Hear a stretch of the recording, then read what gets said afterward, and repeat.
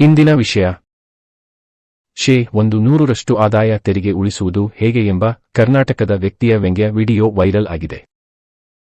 ಕರ್ನಾಟಕದ ವ್ಯಕ್ತಿಯೊಬ್ಬರು ಸಂಬಳ ಪಡೆಯುವ ತೆರಿಗೆದಾರರಿಗೆ 100% ಆದಾಯ ತೆರಿಗೆ ಉಳಿಸುವ ಬಗ್ಗೆ ಹಣಕಾಸಿನ ಸಲಹೆ ನೀಡಿದ ನಂತರ ಸಾಮಾಜಿಕ ಮಾಧ್ಯಮದಲ್ಲಿ ವೈರಲ್ ಆಗಿದ್ದಾರೆ.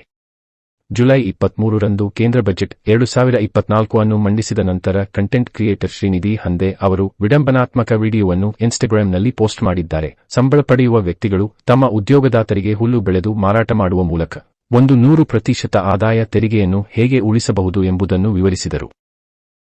ಇನ್ಸ್ಟಾಗ್ರಾಂನಲ್ಲಿ 2 ಮಿಲಿಯನ್ ವೀಕ್ಷಣೆಗಳನ್ನು ಗಳಿಸಿರುವ ಹಂಡೆ ಅವರ ವಿಡಿಯೋವನ್ನು ಚಾರ್ಟರ್ಡ್ ಅಕೌಂಟೆಂಟ್ ಅಖಿಲ್ ಪಚೌರಿ ನಲ್ಲಿ ಹಂಚಿಕೊಂಡಿದ್ದಾರೆ.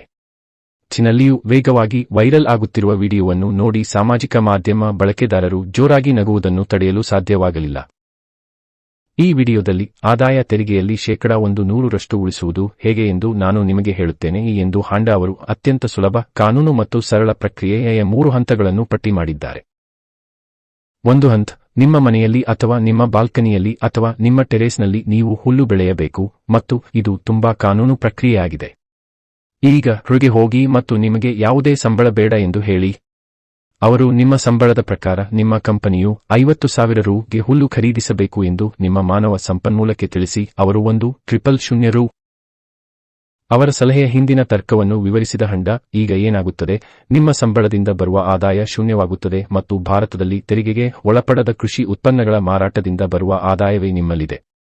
ಈ ರೀತಿಯಾಗಿ ನೀವು 100% ಉಳಿಸಬಹುದು.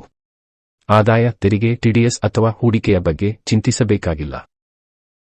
ಭಾರತೀಯರು ನಿಜವಾಗಿಯೂ ಎಲ್ಲದಕ್ಕೂ ಜುಗಾದ್ ಹೊಂದಿದ್ದಾರೆ ಎಂಬುದು ವಿಡಿಯೋ ವೈರಲ್ ಆದ ನಂತರ ಕಾಮೆಂಟ್ಗಳ ವಿಭಾಗದಲ್ಲಿ ಸಾಮಾನ್ಯ ಭಾವನೆಯಾಗಿದೆ. ಈ ವಿಷಯ ನಿಮಗೆ ಇಷ್ಟವಾಗಿದೆಯಾ? ದಯವಿಟ್ಟು ಹಂಚಿಕೊಳ್ಳಿ ಮತ್ತು ಅಭಿಪ್ರಾಯ ತಿಳಿಸಿ.